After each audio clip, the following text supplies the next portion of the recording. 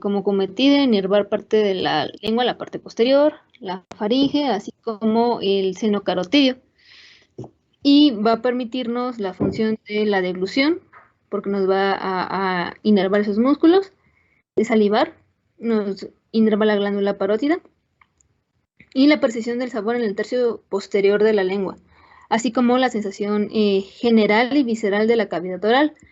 Y bueno, su origen real se va a dividir en motor, que se va a encontrar en el núcleo ambiguo en la médula espinal, sensitivo, se habla del ganglio superior y un ganglio inferior. El superior se le llama de eh, Ehrenrecher y el inferior de Anders. Y se encuentran cerca de la porción petrosa del temporal. Y un núcleo vegetativo, que va a ser el núcleo salivatorio inferior y el núcleo paramediano posterior. Y también hablamos del origen aparente, que se encuentra en el surco posterolateral de la médula espinal. En cuanto a su exploración, lo que tenemos que hacer, hay un reflejo que se llama reflejo de Vernet, en el cual le pedimos al paciente que diga A, o sea, así como prolongadamente, y vamos a ver cómo la faringe se contrae. Otra manera de explorar esto es con un hisopo o con algo, intentar tocar las partes laterales de la faringe y el paciente pues tiene que igual contraer la faringe, ya sea con o sin náuseas. Para evaluar la inervación sensitiva especial, o sea, hablamos del sentido del gusto en el tercio posterior de la lengua, pues se hace lo mismo que hablábamos con la inervación, ¿no? De la parte de los dos tercios anteriores de la lengua, con algunos sabores, pues tocar acá para que nos pueda decir como qué sabores, ¿no? Y también se hablaba de otro método, pero este no sé si se hace en realidad, que es el como dar masaje en el seno carotidio. Sin embargo, dice que hay que tener cuidado porque pues obviamente podríamos generar una respuesta vagal y pues generar algún síncope al paciente. Entonces no es como tan recomendable, creo, hacerlo.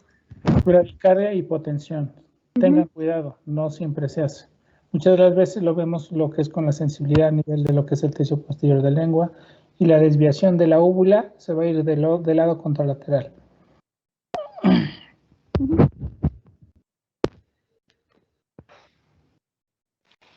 Ok, ahora vamos a continuar con la exploración, con el 10º par craneal, o también llamado nervio vago, nervio neumogástrico.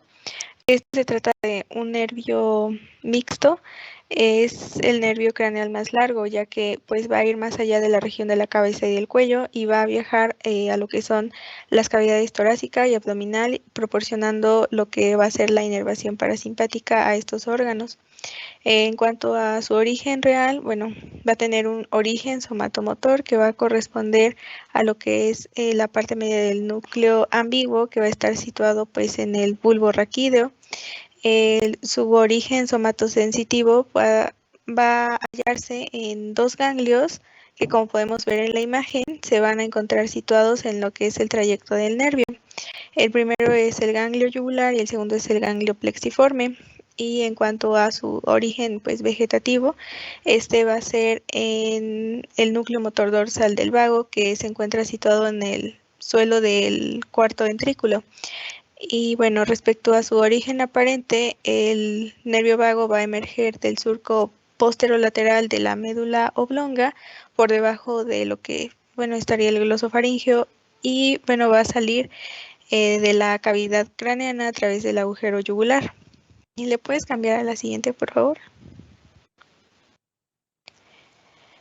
Entonces, como ya vimos, parte de su función va a ser el proporcionar esta inervación parasimpática a los diversos órganos, ¿no? Hablando de los órganos que van a encontrarse en la cavidad torácica y en la cavidad abdominal, excepto en la cavidad abdominal, exceptuando al tercio inferior de lo que es el intestino, y también exceptuando a lo que es el sistema genitourinario.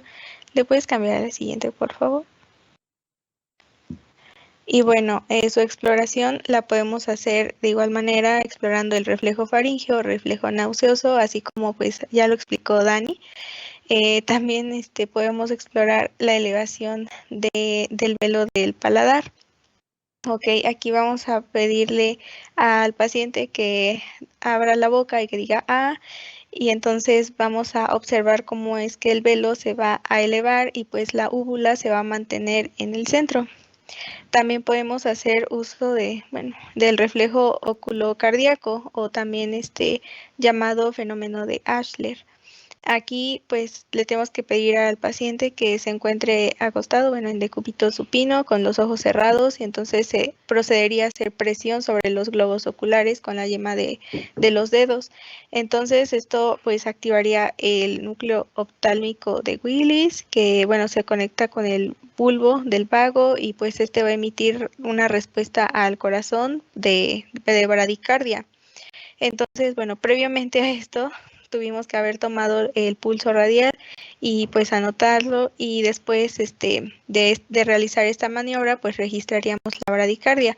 Sin embargo, pues leí también que su empleo no es muy frecuente porque puede ser doloroso, molesto y también se puede llegar a lesionar la córnea. ¿Le puedes cambiar a la siguiente, por favor?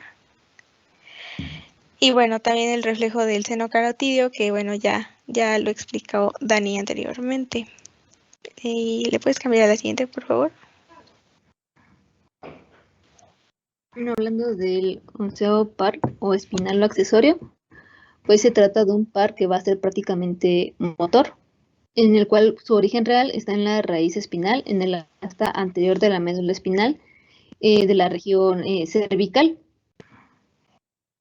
y se encuentra como por debajo de lo que sería el núcleo dorsal del nervio vago.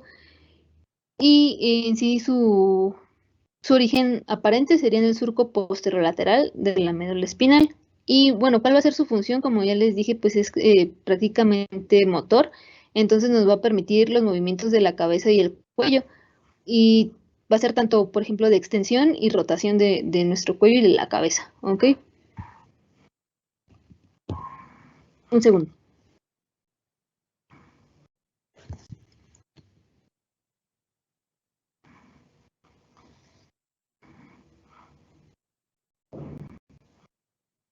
Listo, creo que ya sé. En cuanto a la exploración, pues prácticamente va a ser comprobar que pueda realizar estos movimientos. Inerva a los músculos en sí, esternocleidomastoideo y trapecio. Entonces lo que vamos a poder hacer es que poner como presión encima de los hombros del paciente y pedirle que, aun con esa resistencia, eleve los hombros. Y si sentimos pues esa fuerza de que eleva los hombros, pues todo está bien. Igual el pedirle que mueva la cabeza de un lado a otro, poniéndole presión con nuestras manos, como vemos en la imagen B, para que vence esa resistencia. Eso habla de la fuerza muscular que puede tener gracias a la inervación en estos músculos.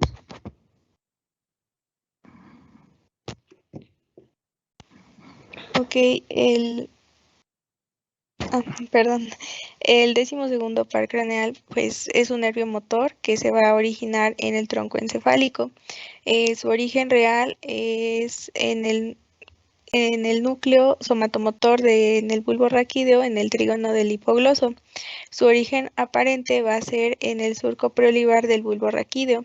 Entonces este nervio va a salir del cráneo a través del foramen hipogloso y su función va a consistir en permitir los movimientos de la lengua. Por lo tanto, pues se va a encontrar involucrado en la deglución y en el habla. Y va a inervar a los músculos intrínsecos y extrínsecos de la lengua. ¿Y le puedes cambiar a la siguiente, por favor? Su exploración la podemos hacer viendo en primer momento lo que es la simetría de la lengua, viendo si es que hay presencia de fasciculaciones. Se le va a ordenar como tal al paciente que abra la boca y pues así vamos a poder observar si es que se encuentran las dos mitades iguales, si son simétricas, si es que hay atrofia en alguna de estas. Posteriormente, también le vamos a pedir al paciente que vamos a evaluar lo que es la posición de la lengua. Entonces se le va a pedir que saque la lengua y entonces observamos si es que la punta se encuentra en el centro o si ésta se desvía hacia un lado u otro. También ver si es que tiene algunas fasciculaciones o alguna asimetría. Posteriormente también vamos a evaluar lo que es la fuerza muscular segmentaria. Entonces aquí de igual manera con la lengua de fuera del paciente pues se le va a pedir que haga movimientos de derecha a izquierda, de arriba a abajo y ver si es que la lengua se desvía hacia un lado u otro. Ahora, en caso de que haya algún daño de neurona motora inferior, la lengua pues se va a ir hacia el lado del daño, ¿ok? Si es que está dañado el hipogloso derecho, pues la lengua se va a ir hacia el lado derecho. Y entonces aquí también podemos notar algunas alteraciones como la atrofia, como podemos observar en la imagen que está en medio e inferior, o incluso, bueno, ver algunas fasciculaciones. Y ya, ¿le puedes cambiar a la siguiente, por favor? Y bueno, ahorita pasaríamos a la presentación del caso clínico. Se trata de un síndrome de Horner, en la cual pues se daña la vía... Dani, ¿sí? ¿lo dejamos ese junto con lo que es orificios de base de cráneo? Sí, si quiere, claro. Empezamos con fracturas de cráneo. Por favor.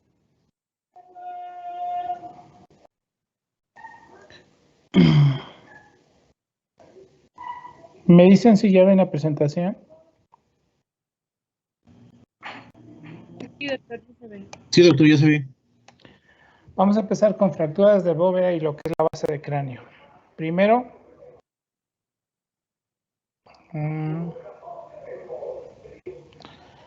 tenemos que dividir lo que es el cráneo directamente de lo que es mi macizo facial.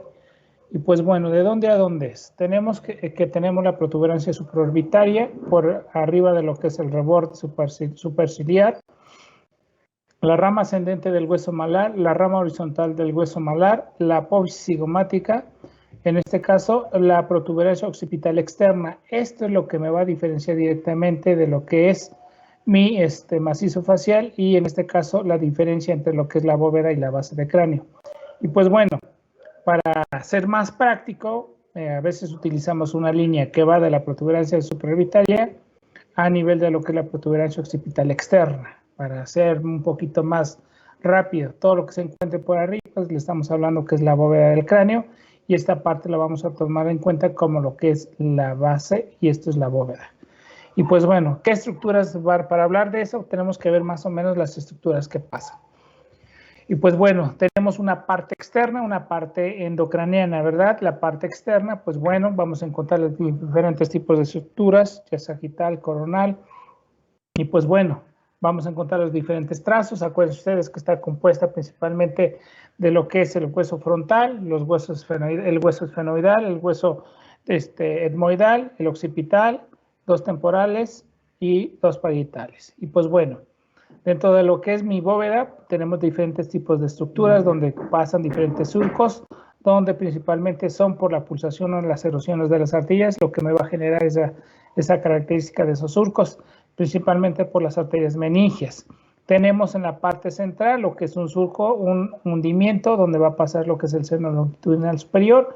Podemos encontrar presencia de digitaciones de lo que es el hueso frontal, el hueso parietal, donde vamos a encontrar las granulaciones de Paccioni, donde ya saben ustedes cuál es la función que tiene, lleva líquido cefalorraquídeo al sistema venoso. Y pues bueno, eso es la parte de mi bóveda. De la parte de mi base de cráneo, la parte endocraniana, va a ser un poquito más irregular, va a estar atravesada por muchos orificios que tenemos que conocer, principalmente para saber qué tipo de fractura encontramos.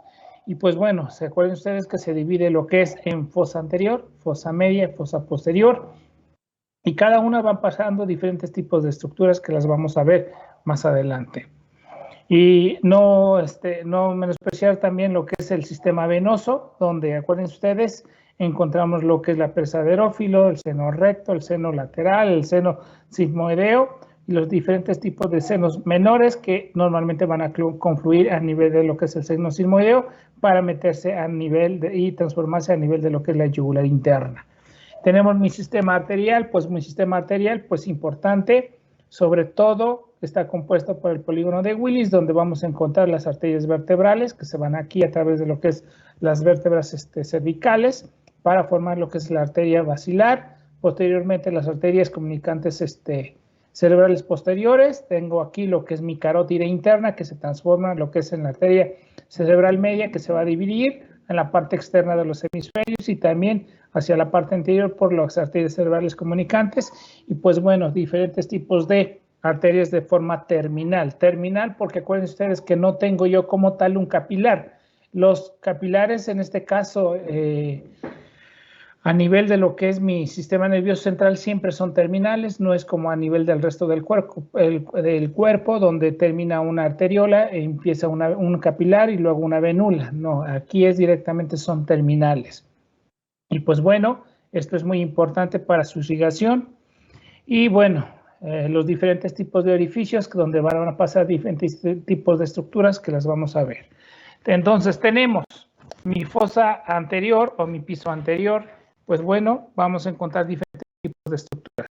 Desde lo que es el agujero ciego. En el agujero ciego vamos a encontrar la fijación de la dura madre, ¿sí? Y vamos a encontrar en algunas veces la vena de la mucosa nasal. Es una vena de flujo, sobre todo de tipo venoso, que lo mete a nivel de lo que es el seno longitudinal superior. Tengo mi lámina cribosa, donde se encuentran múltiples orificios, donde pasan los filetes nerviosos de las neuronas bipolares, para formar lo que es el ganglio olfatorio. Y pues bueno, tengo yo en esta parte anterior dos orificios anteriores, dos orificios posteriores.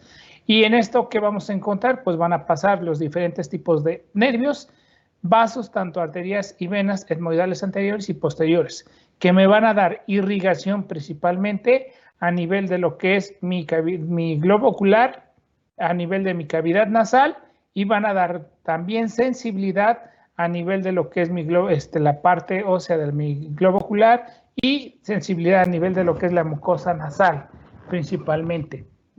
Vamos a encontrar aquí mi conducto óptico, donde va a pasar el segundo par craneal, el nervio óptico, y pues bueno, va a pasar el nervio óptico junto con la arteria oftálmica.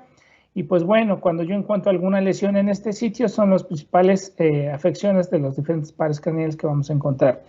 Tengo de forma lateral, está compuesta por lo que es el etmoides, lo que es el esfenoides, y pues bueno, vamos a encontrar la fisura orbitaria o fisura esfenoidal, que la van a dividir los anatomistas en fisura orbitaria superior y fisura orbitaria inferior. ¿Qué va a pasar? En la parte superior vamos a encontrar lo que es el nervio lagrimal, nasociliar y frontal, que son ramas de la rama oftálmica del quinto par craneal, y que me va a dar la sensibilidad en la parte interna de mi globo ocular, de mi conjuntiva, de mi cavidad nasal, de la región de la frente y en la parte de la región parietal. Principalmente la raíz simpática, en este caso del ganglio ciliar, también por ahí pasa, acuérdense ustedes, la vena oftálmica superior, y en la fisura orbitaria inferior va a pasar lo que es el nervio infraorbitario, la rama cigomática, orbitarios, que son ramas de lo que es el maxilar. No es la rama maxilar la que pasa ahí, solamente son ramas de esta rama maxilar. La arteria infraorbitaria, tanto la arteria como la vena, y oftálmica inferior. Cuando yo tengo alguna fractura en este sitio, pues vamos a encontrar lesiones venosas que me van a generar hematomas alrededor de mi globo ocular y que me van a dar origen principalmente a lo que es el ojo de mapache, principalmente, o ojo de oso panda. Lateralmente vamos a encontrar el agujero redondo, donde va a pasar ahora sí la rama maxilar, ¿sí?, del quinto par craneal. A un lado vamos a encontrar lo que es el agujero oval, donde va a pasar la rama mandibular, la arteria pterigoidea y la vena del foramen oval. Lateral y externamente al mismo vamos a encontrar el agujero espinoso, donde va a pasar principalmente la arteria meningia media, la vena meningia media y rama meningia del nervio mandibular. Bueno, esta parte es donde pasa la arteria meningia y pues bueno, va a inervar principalmente la parte de lo que es la dura madre y la parte ósea de mi escama del temporal. Aquí posteriormente voy a encontrar lo que es el hiato petroso. Pues bueno, en ese hiato petroso principalmente pues van a pasar lo que es el nervio petroso mayor y nervio petroso profundo. Estos nervios petroso mayor y profundo es la rama, el petroso mayor es la rama simpática y el petroso profundo es la rama, el petroso mayor es la rama parasimpática y la rama petrosa profunda es la rama simpática, que va a ir hacia la glándula lagrimal, hacia las glándulas salivales de lo que es la nariz, de la que es la faringe, de lo que es la boca. Y pues bueno, acuerden ustedes que me van a dar esa funcionalidad, esas glándulas salivales menores. Vamos a encontrar posteriormente aquí un orificio donde se va a llamar agujero carotidio, también llamado agujero rasgado anterior, y a través de ese rasgado anterior o carotidio, pues pasa la arteria carótida junto a lo que es con el plexo simpático o carotidio, por donde viene lo que es la vía simpática ocular principalmente. Y el plexo venoso carotidio que va junto con lo que es la arteria carótida. Entonces, si yo tengo alguna lesión en este sitio, pues me puede generar la lesión del conducto carotídeo, del hiato petroso, de lo que es el agujero oval, agujero redondo. Pues bueno, son verdaderas afecciones que vamos a encontrar a nivel de lo que es este piso medio. Posteriormente, o a un lado de lo que es el conducto carotídeo, vamos a encontrar el conducto pterigoideo, donde van a pasar vasos y nervios del conducto pterigoideo principalmente. En este sitio, ya hablando en la fosa posterior, por atrás de lo que es la línea del peñasco, pues vamos a encontrar lo que es el conducto auditivo interno, y ese conducto auditivo interno van a pasar diferentes tipos de estructuras, desde lo que es el séptimo par craneal, el séptimo par craneal viso intermediario de Gruisberg, el octavo par craneal, la arteria laberíntica. Vamos a encontrar también el acueducto vestibular, donde va a pasar el conducto endolinfático. Y pues bueno, son las lesiones que podemos llegar a encontrar. Cuando yo tengo una lesión en este sitio, podemos encontrar la presencia de otorraquia o de hemotímpano, y que pues me está indicando una fractura tanto de lo que es el piso medio o del piso posterior. Posterior a lo que es a la parte de la fosa posterior, vamos a encontrar la hendidura yugular o agujero rasgado posterior. Y pues bueno, este agujero rasgado está compuesto principalmente por un hueso del peñasco y parte de lo que es el occipital. Y pues bueno, en ese conducto yugular, pues va a pasar lo que es el noveno par craneal, el 10º par craneal, el 11º par craneal. La vena yugular, acá viene el seno sigmoideo, donde se transforma a nivel de lo que es la yugular, y la arteria meningia posterior. Aquí yo tengo el nivel de los cóndilos, tengo un orificio donde va a pasar principalmente lo que es el nervio hipogloso, y pues por ahí pasa este nervio, y el otro orificio más de mayor tamaño va a ser lo que es el agujero magno. ¿Qué va a pasar? Pues vamos a encontrar la transición de lo que es el bulbo a la médula, vamos a encontrar las meninges, vamos a encontrar las arterias vertebrales, ¿sí? Donde pasan, vamos a encontrar la arteria espinal anterior y posterior, y vamos a encontrar las raíces espinales del 11º par craneal, lo mismo que los plexos simpáticos vertebrales y la membrana tectoria. ¿Quedamos? Entonces, son diferentes tipos de estructuras que van pasando a través del mismo. Y pues bueno, como tal, mi cavidad ósea, mi parte ósea, están formadas de columnas óseas de mayor resistencia. Y pues bueno, esas columnas de mayor resistencia nos dan estabilidad principalmente a todo lo que es mi cráneo. Pero pues bueno, entre esas zonas de mayor resistencia vamos a encontrar unas zonas donde no van a aguantar tanta presión. Y es a través de las mismas donde me van a generar el trayecto de lo que es las fracturas. Si yo tengo una lesión frontal, puedo generar un trayecto oblicuo a través de estas zonas de menor densidad ósea y formar diferentes tipos de fracturas a nivel de lo que es piso anterior, piso medio y piso posterior. Pueden ser transversales, pueden ser oblicuas, y pues bueno, si yo tengo alguna lesión o algún trayecto de esa fractura pasando por estos orificios, pues voy a encontrar la paresia de estos pares craneales, con lo mismo que las lesiones de tipo vascular, nervioso o venoso que vamos a ver principalmente. Y pues bueno, ¿qué es una fractura de la bóveda de la base del cráneo? Es la pérdida de continuidad ósea que ocurre o es resultado de las fuerzas externas transmitidas por un traumatismo, ya sea en este caso contuso, ya sea en este caso por arma de fuego, por una herida por arma blanca.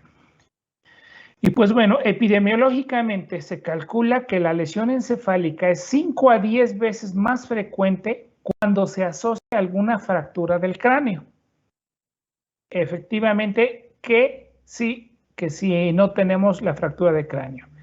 Quizá 20 veces más frecuente con lesiones graves. Entonces, este tipo de lesiones me van a generar lesiones de forma difusa, lesión axonal difusa, lesión vascular difusa, que pues bueno, van a empeorar más mi cuadro clínico. Cuando encontramos una fractura de base de cráneo, principalmente se van a presentar hasta en el 4% de todos los casos de traumatismo craneoencefálico. Pero si nosotros encontramos esas fracturas de base de cráneo, se van a estar asociadas a fracturas de lo que es el macizo facial o lesiones de tipo cervical. Epidemiológicamente es la misma para todos los traumatismos. Es la cuarta causa de muerte. Se presenta en la población económicamente activa de 15 a 45 años. La relación hombre-mujer es de 3:1. Los accidentes automovilísticos ocupan el porcentaje de factor etiológico, ya sea accidentes de tránsito por automóvil o por motocicleta. Y las caídas, no debemos dejar de pensar en ellas.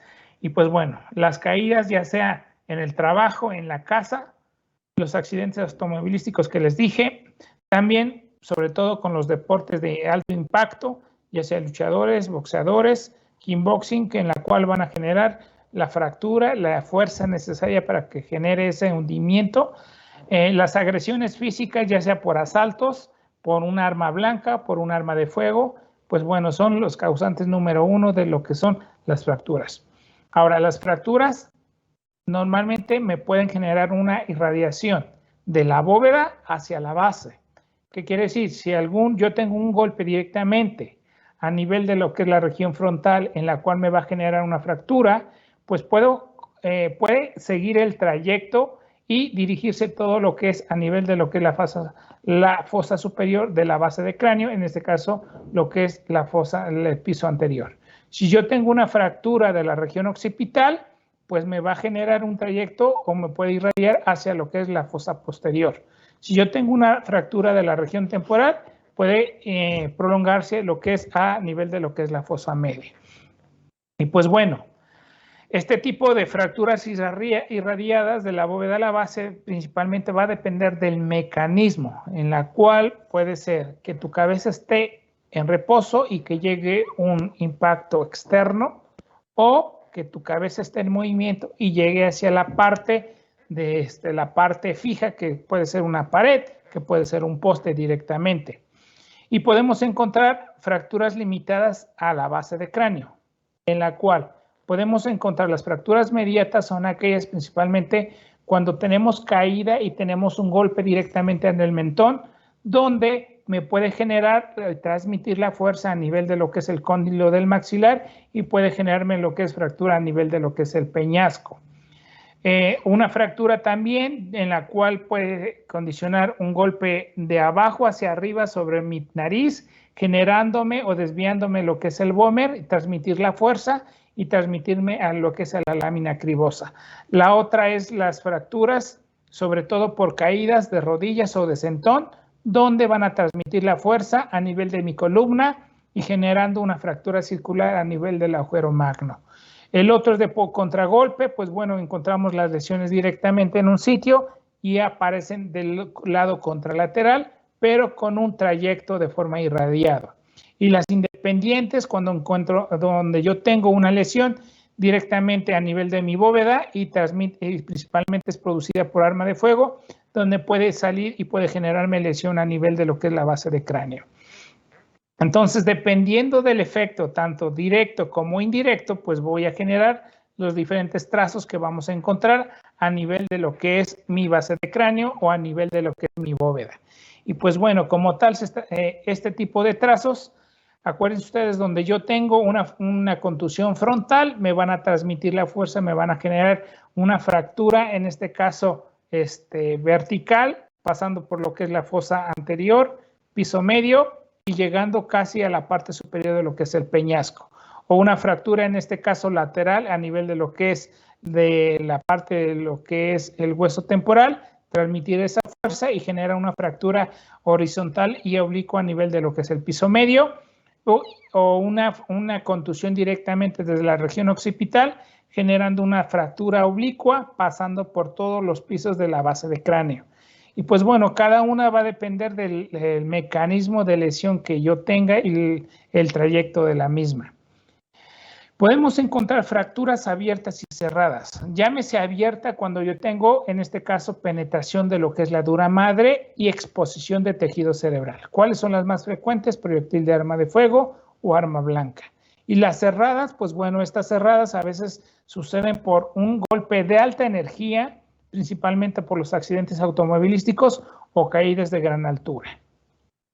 Y pues bueno, ¿cómo se van a clasificar? Las vamos a encontrar como fracturas lineales, donde yo tengo un trayecto único sin evidencia de fractura secundaria.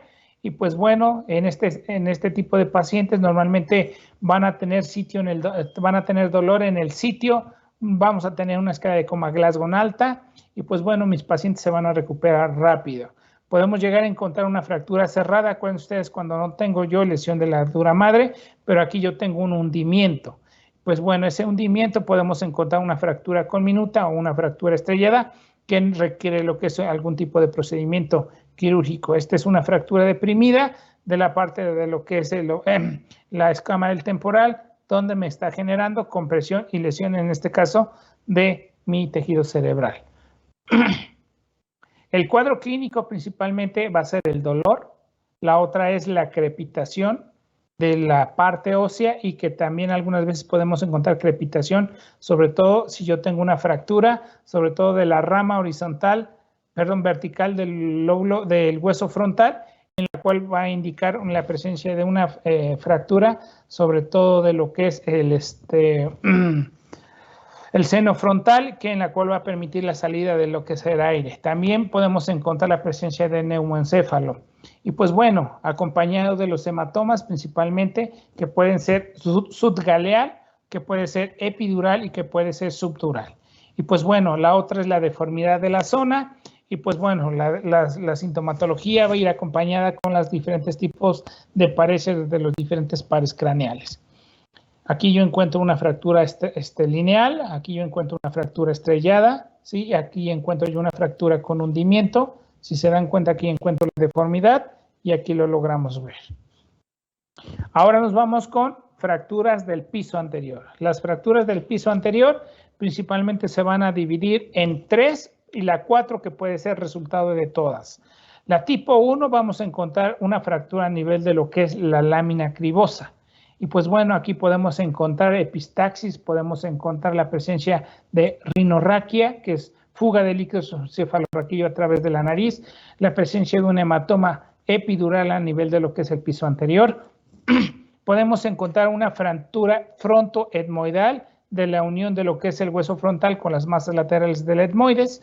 Y pues bueno, aquí algunas veces podemos encontrar la presencia de epistaxis, la presencia de un hematoma a nivel del globo ocular y fíjense también lo que es el techo de la órbita, como encontramos también una fractura, en este caso a nivel de lo que es la región frontal, sobre todo el techo de la órbita.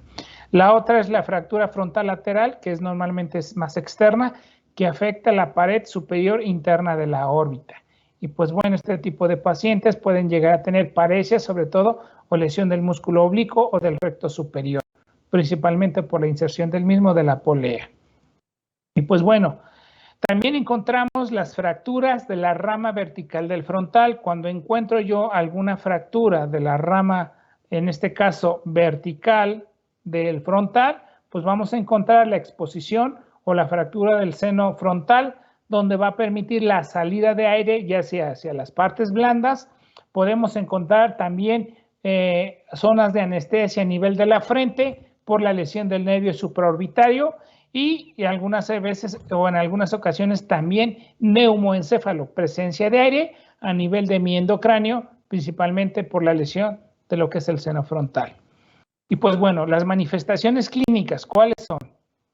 Anosmia, cuando yo tengo afectado principalmente mi primer par craneal, desde anosmia y hiposmia. La otra, la equimosis periorbitaria, también llamada signo de mapache o el signo de oso panda, ya saben ustedes, por la lesión principalmente de las venas que pasan a través de la hendidura esfenoidal. la hemorragia conjuntival, ¿sí? Y pues bueno, también hay que diferenciarla sobre todo en este caso, de la rinorraquia. La rinorraquia hay que diferenciarla de la epistaxis, o algunas veces son pacientes que llegan a tener algún traumatismo. Los pacientes presenten y refieren la presencia de moco transparente y algunas veces son la evidencia de una fístula de líquido cefalorraquídeo del piso anterior. Las otras lesiones que podemos llegar a encontrar son la presencia de escotomas, cuando encontramos lesiones hemorrágicas subretinianas, y pues bueno, si se dan cuenta, esta es una campimetría donde encontramos una zona donde no la llegamos a ver o la encontramos borrosa, y pues bueno, estos son por hemorragias de tipo subretiniano. La otra es la trombosis de la arteria central de la retina, y pues bueno, podemos encontrar en este caso amaurosis fugaz, que mi paciente de repente ya no vea, principalmente por la trombosis de la arteria central de la retina. Las otras son lesiones del campo. Cuando yo tengo una lesión a nivel de lo que es el canal óptico, pues vamos a encontrar amaurosis de forma unilateral.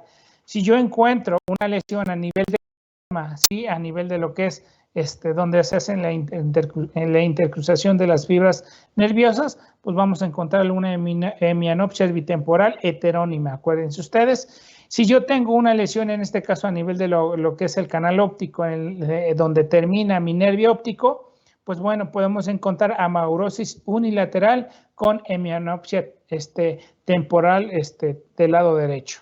Entonces va a depender de donde yo encuentre el trazo o el trayecto de la lesión, las afecciones de la vía visual. Ahora vámonos con las fracturas de la fosa media. Aquí podemos encontrar fracturas de forma longitudinal, ¿sí? Y fracturas de forma transversa. Las fracturas de forma longitudinal van a un lado de lo que es el peñasco.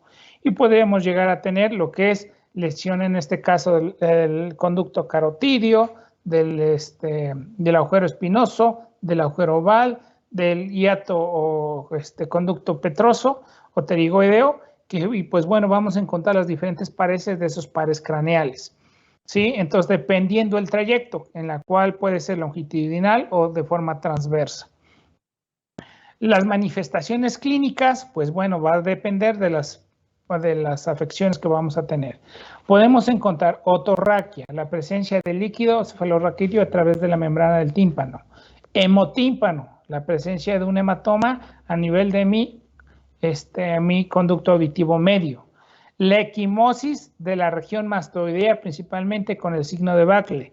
Podemos encontrar la presencia de enfisema a nivel de las partes blandas, cuando yo tengo una fractura de la apófisis mastoides por la presencia o el escape de aire de la apófisis mastoides. Podemos llegar a encontrar la hipoacusia por la afección del octavo par craneal. Podemos encontrar zonas de anestesia por principalmente afección de la rama oftálmica, de la rama maxilar o de la rama mandibular, en la cual vamos a encontrar ausente el reflejo corneal, el reflejo del estornudo, y pues bueno, la parte de la zona anestésica de esa raíz nerviosa. La otra es la parálisis periférica. Hay que diferenciarla, que su compañera ya nos dio la explicación, que esta es la periférica y esta es la central principalmente. Podemos encontrar ahora fracturas de la fosa posterior. Fracturas de la fosa posterior, pues bueno, vamos a encontrar sobre todo longitudinales a través de lo que es el cuerpo del esfenoides hacia el agujero magno. Las podemos encontrar de forma transversal desde un agujero de lo que es del canal carotidio al otro, donde podemos encontrar una fractura oblicua pasando de forma lateral a través del peñasco.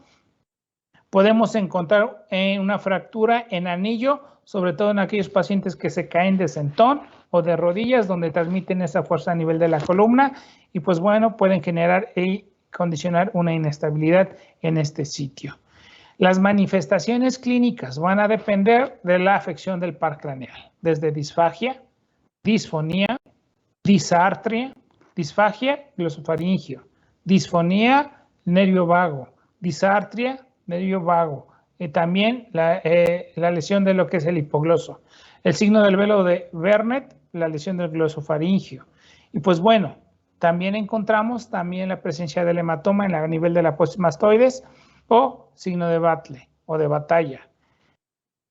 La lesión del noveno par craneal, que ya nos mencionó su compañera, es la pérdida del reflejo nauseoso, la disfagia leve principalmente, la ageusia del tercio posterior de la lengua, la desviación de la úvula al lado sano, ¿sí? La hipoestesia faríngea, amigdalina y el tercio posterior, la cialorrea por lesiones del plexo timpánico, principalmente a nivel del oído medio, la taquicardia por alteraciones de lo que es el reflejo del seno carotidio, y pues bueno, esto es a nivel de lo que es el glosofaringio. Las lesiones del décimo par craneal, principalmente los vamos a encontrar ausente en el caso del reflejo nauseoso. La otra es hacer una laringoscopía, donde si encontramos una parálisis unilateral, pues vamos a encontrar afectado el par craneal del lado afectado. Si encuentro yo una parálisis, unas cuerdas bucales que no se mueven, que normalmente no tienen ni aducción ni abducción, pues normalmente los pacientes van a estar afónicos o con disnea, y pues bueno, esto por la lesión bilateral del nervio del neumogástrico de forma bilateral, la ausencia del reflejo, en este caso nauseoso. La lesión del onceavo par craneal, pues bueno, vamos a encontrar, acuérdense ustedes, atrofia del trapecio, atrofia del esternocleidomastoideo, algunas veces refieren lo que es protuberancia de la clavícula, la presencia de la escápula alada, la vamos a encontrar más externamente, y la caída del hombro. La otra es la atrofia, principalmente de lo que es del lado afectado unilateral de la lengua, principalmente por la lesión del hipogloso. Entonces va a depender de cada una de las afecciones que vamos a encontrar. ¿Qué me es útil para hacer el diagnóstico? La radiografía de abdomen todavía tiene un peso en esto, solamente para identificar los trazos, las lesiones que podemos llegar a encontrar, las zonas de hundimiento, y pues bueno, aquí encontramos, se dan cuenta, una fractura, ¿sí? Donde encontramos un poco de desplazamiento del mismo. Aquí encontramos una fractura lineal, aquí encontramos otra fractura lineal, que algunas veces encontramos fracturas secundarias. Aquí tengo una fractura por hundimiento, lo mismo que en esta zona, y aquí tomográficamente se corrobora, ¿verdad? Aquí yo encuentro una fractura a nivel de lo que es la rama vertical del frontal, donde podemos encontrar enfisema a nivel de partes blandas, zona de anestesia en este sitio, y la presencia de un neumoencéfalo por la presencia de aire del seno frontal hacia mi cavidad endocraneana. La otra es la presencia de una herida por un arma blanca, ¿sí? Aquí la encontramos incrustada. Y pues bueno, podemos encontrar las radiografías con los cuerpos incrustados en las partes óseas, que pueden ser esquirlas. Podemos encontrar el corte de la parte ósea por un arma, puede ser un hacha, un machete, una fractura por hundimiento, por un bat, por una caída, por una piedra, la presencia de los orificios por una bala o por una escopeta. El de la escopeta, acuérdense ustedes que va a ser mayor, o una zona de abulsión cuando encontramos una lesión directamente abulsionada a la parte ósea.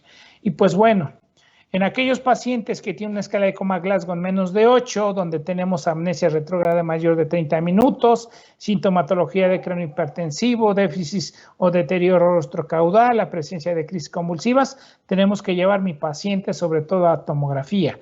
La tomografía que nosotros podemos pedir si encontramos con ventana ósea o con reconstrucción principalmente para planeación del proceso de reducción de la fractura y los diferentes tipos de fracturas asociadas a la misma fractura. Y pues bueno, aquí podemos encontrar un hundimiento con cabalgamiento, un hematoma subgaleal, y pues bueno, aquí encontramos otra lesión a nivel de lo que es el peñasco, principalmente del lado izquierdo, una fractura. La resonancia magnética, pues bueno, donde podemos encontrar la presencia de un neumoencéfalo, la presencia de lo que es la fractura y desplazamiento del hueso con compresión del tejido cerebral. Si se dan cuenta, es una estructura de un paciente anciano, esta es la de un paciente joven.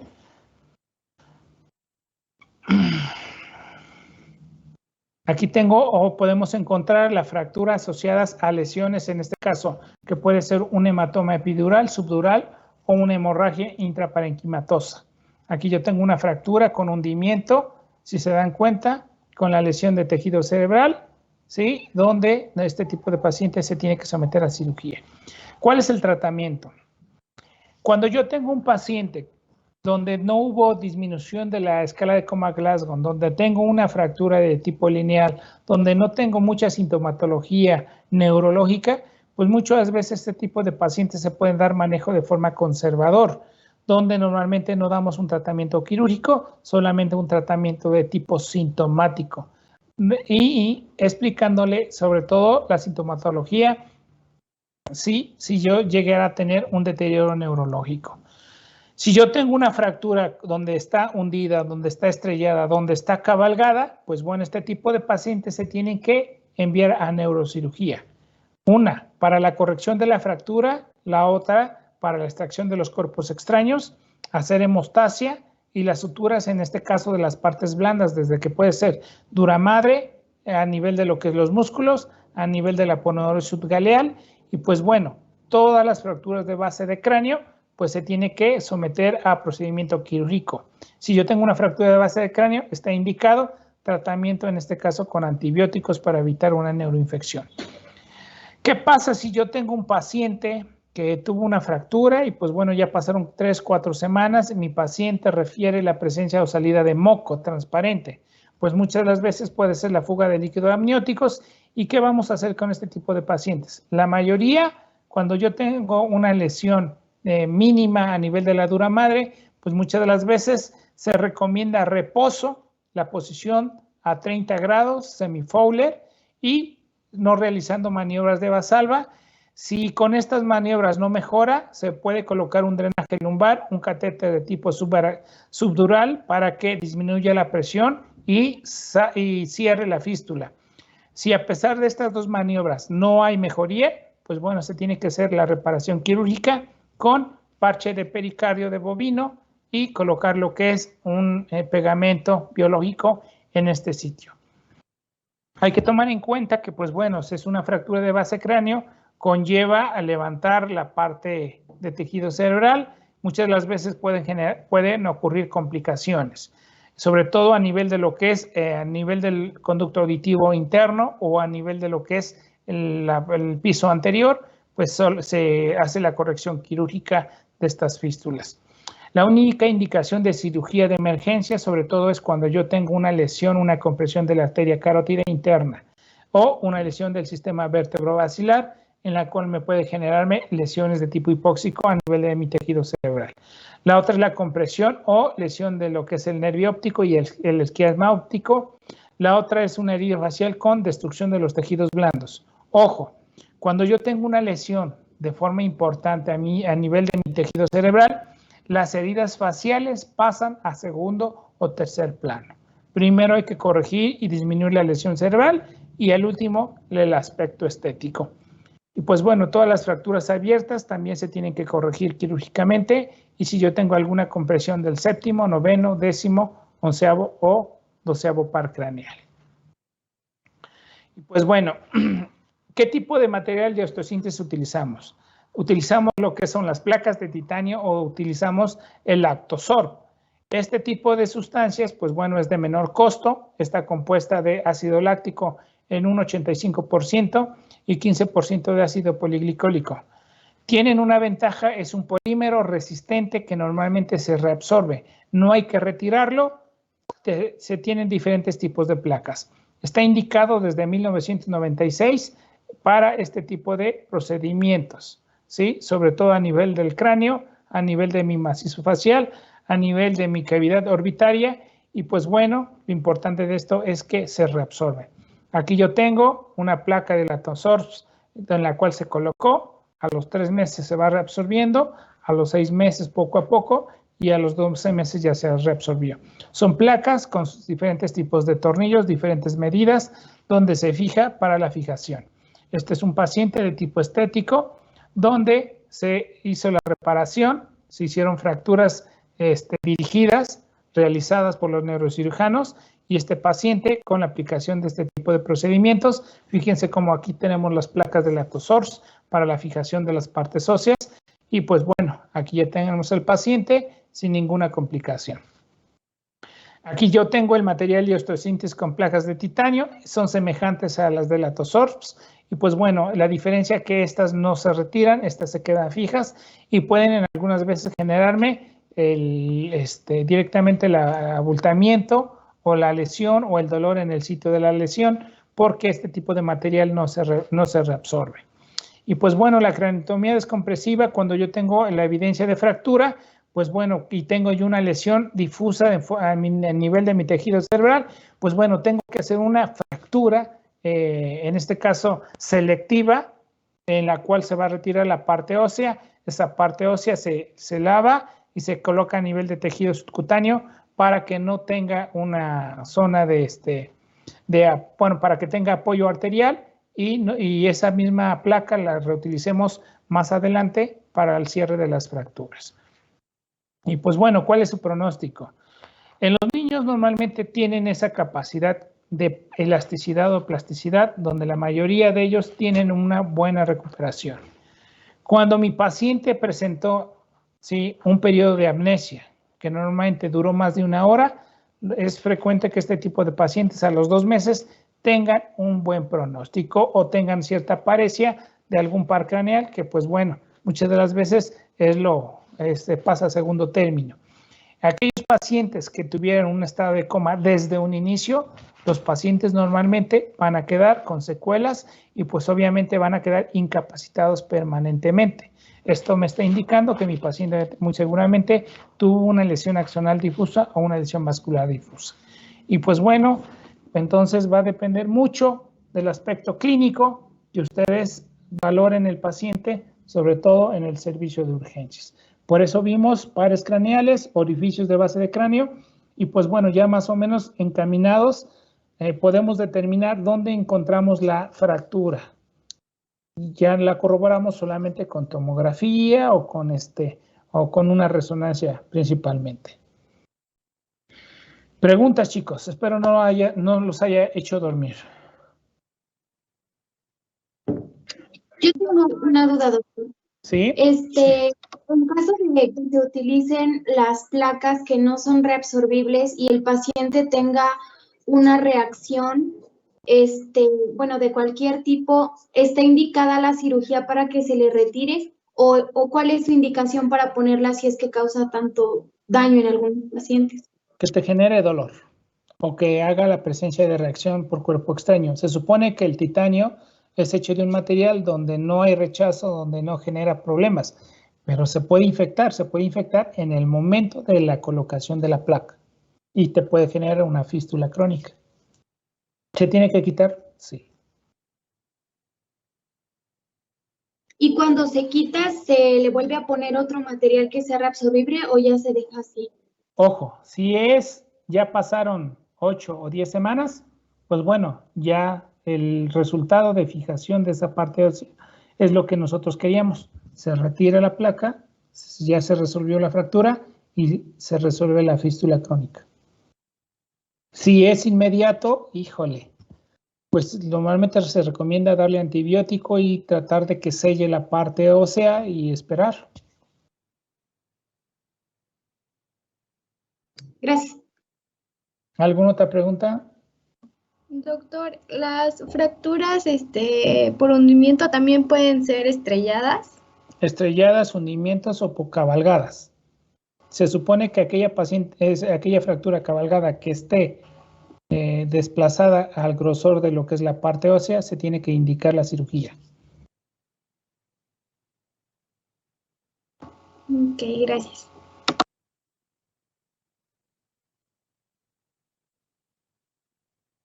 ¿Qué otra pregunta, chicos?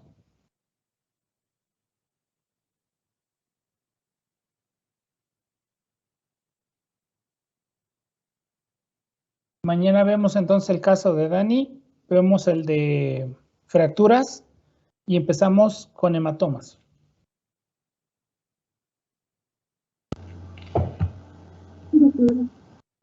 Bueno, nos vemos el día de mañana, chicos.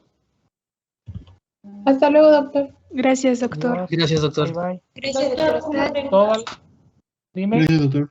En el caso del síndrome de Horner, ¿nos esperamos hasta que nosotros hagamos la exposición? ¿O Es de que vamos a ver el tema como tal del síndrome de Horner.